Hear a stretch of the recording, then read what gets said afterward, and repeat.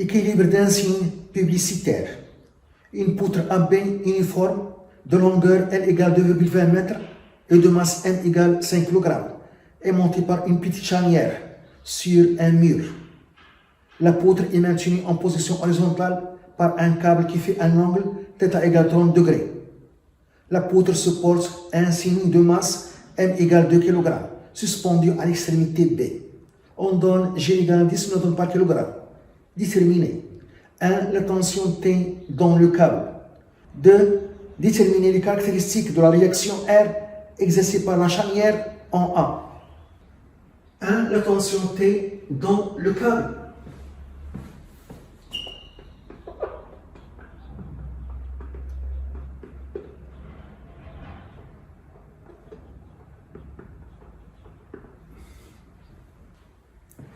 Le schéma, le signe publicitaire de masse M suspendu par une corde.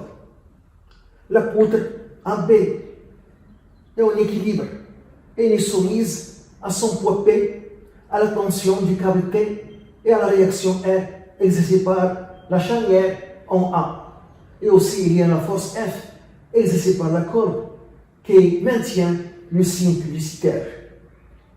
Pour trouver la tension T, on applique la condition d'équilibre sur la poutre AB.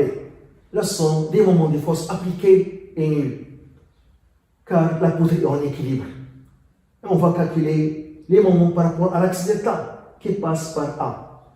Et on a choisi un sens positif pour calculer les moments de force. Puisque la poutre est en équilibre, on a la somme des moments de force est nulle. Le moment de poids P par rapport à delta plus le moment de la tension T du câble par rapport à delta plus le moment de la réaction R par rapport à delta plus le moment de la force F par rapport à delta est égal à 0. Le moment de poids P, on voit que le poids P tend à faire tourner la poutre dans le sens positif. Donc le moment de poids P est positif, est égal à l'intensité de poids P qui est M fois G fois la distance entre sa droite d'action et delta. C'est ça la droite d'action de poids P verticale et delta est comme ça. Donc c'est ça la distance, c'est la longueur sur 2, G se trouve au milieu. Donc fois N sur 2, plus le moment de la tension du câble T par rapport à delta. On voit d'abord que la tension T du câble tend à faire tourner la poutre dans le sens négatif. Donc son moment est négatif. Égal à l'intensité fois la distance entre la droite d'action de la tension et delta. C'est ça la droite d'action de la tension T. Delta est comme ça. La distance, c'est ça la distance entre delta et la droite d'action de la tension T. On doit avoir ici un angle droit. C'est le côté opposé de θ qui est égal à l'hypoténuse qui est égal à L fois sinus θ. L sinus θ plus le moment de la réaction R par rapport à delta. La droite d'action de la réaction coupe delta. Donc le moment de la réaction R est nul. Plus le moment de la force F ici par la corde par rapport à delta. On voit d'abord que la force F tend à faire tourner la poutre dans le sens positif. Donc ce moment est positif est égal à l'intensité F fois la distance entre la droite d'action de F qui est verticale et delta. C'est ça la distance. C'est la longueur de la poutre. L est égal à 0. On cherche T. Donc T fois L fois sinus θ est égal à N fois G fois L sur 2 plus f fois L. Je simplifie par L et je trouve T égale M fois G sur 2 plus F sur sinus θ. Est égal M fois G sur 2 plus F. F, c'est le poids du signe publicitaire M fois G sur sinus θ. Donc T est égal, la masse M, 5 kg fois G10 sur 2 plus grand M, 2 kg fois G10 sur sinus 30 degrés égal. On trouve 90 newtons. Les caractéristiques de la réaction R exercée par la charnière. Les caractéristiques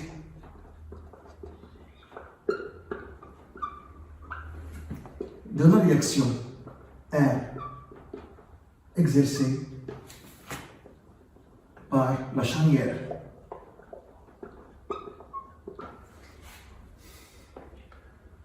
Pour trouver les caractéristiques de la réaction R, on applique la deuxième condition d'équilibre. Puisque la poutre est en équilibre, la somme vectorielle des vecteurs force est nulle. Donc on a P plus R plus T plus F est égal à 0.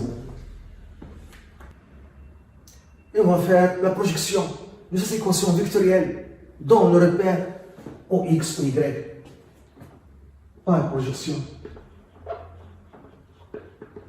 Dans le repère OX, Y, on écrit la projection sur l'axe OX, on écrit PX plus RX plus TX plus FX est égal à 0. Sur l'axe OY, on écrit PY plus RY plus TY plus FY est égal à 0. La coordonnée Px est obtenue par projection de vecteur force P sur l'axe X. On voit que le vecteur force P est perpendiculaire à l'axe X, donc sa projection 0. Plus la coordonnée Rx qu'on cherche, plus la coordonnée Tx est obtenue par projection de la tension T sur l'axe X. C'est ça la direction de l'axe X. La projection dans cette longueur, ici on va avoir un angle droit. Et cette longueur, c'est le côté adjacent de θ, qui est égal à l'hypoténuse qui est T fois cosinus θ. Mais la projection de l'extrémité se trouve dans la région négative par rapport à l'axe X. Donc la coordonnée X est négative. Donc c'est moins T cosinus θ plus Fx. La coordonnée Fx est obtenue par la projection de vecteur force sur l'axe X. Le vecteur force F est perpendiculaire à l'axe X, sa projection donne 0. La coordonnée PY est obtenue par projection de vecteur force P sur l'axe Y. C'est ça la direction de l'axe Y. La projection donne toute la longueur. Mais P et J ont du sens opposé. Donc PY est négatif. Donc c'est moins MG plus la coordonnée RY qu'on cherche plus la coordonnée TY est obtenue par projection de la tension T sur l'axe Y. Donc, c'est ça la direction de l'axe Y. La projection, on doit avoir ici un angle droit dans cette longueur qui est le côté opposé de θ, qui est égal à l'hypoténuse fois sinus θ. Et la projection de l'extrémité se trouve dans les régions positives par rapport à Y. Donc la coordonnée TY est positive. Donc c'est T sinus θ plus FY. La projection de F sur l'axe Y dans toute la longueur. Mais le vecteur force F et J ont du sens opposé. Donc c'est moins F est égal à 0. Donc Rx est égal à T cosinus θ égale T 90 cosinus 30 degrés égale.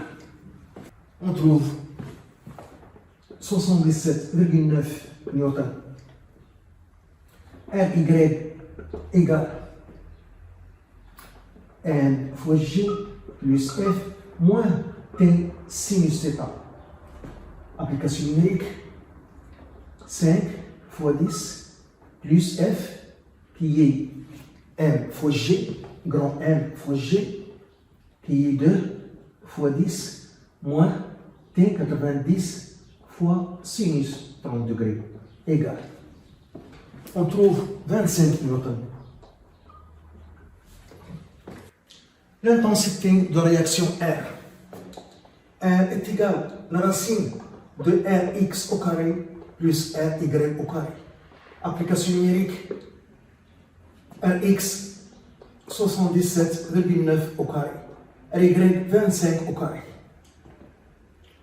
On trouve R est égal, R égale 81,8 newtons. Pour déterminer avec précision la direction de la droite d'action de R, on calcule cet angle noté alpha. Ici, on a la coordonnée Rx, ici, on a la coordonnée Ry. Tangente alpha est égale le côté opposé sur le côté adjacent. Le côté opposé, c'est Ry, et le côté adjacent, c'est Rx. Donc, tangente alpha est égal à Ry sur Rx, qui est égal 25 sur 77,9 égale. On trouve 0,32. Alpha est égal tangente moins 1 de 0,32 égale. On trouve 18 degrés. Donc, la droite d'action de la réaction R fait l'angle 18 degrés avec l'horizontale. Les caractéristiques de la réaction R.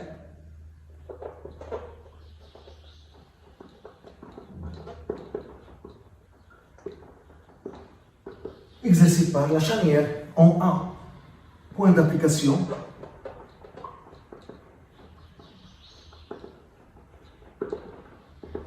C'est le point A. Droite d'action.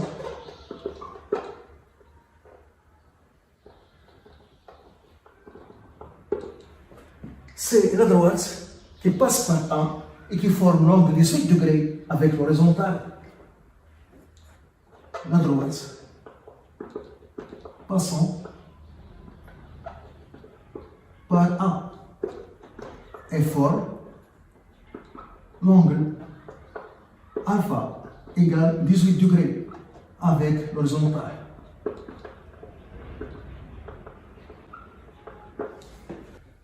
Le sens de la réaction R, on a trouvé Rx positif, Ry positif, donc R est comme ça, sa direction. Donc vers le haut, suivant la droite d'action. Vers le haut, mais pas verticalement, suivant la droite d'action qui forme l'angle 18 degrés avec l'horizontale et qui passe par A vers le haut. Vers le haut ne signifie pas verticalement. Vers le haut, suivant la droite d'action. C'est pourquoi on doit préciser la droite d'action et après le sens. Intensité. L'intensité déjà calculée. R égale 81,8 newtons.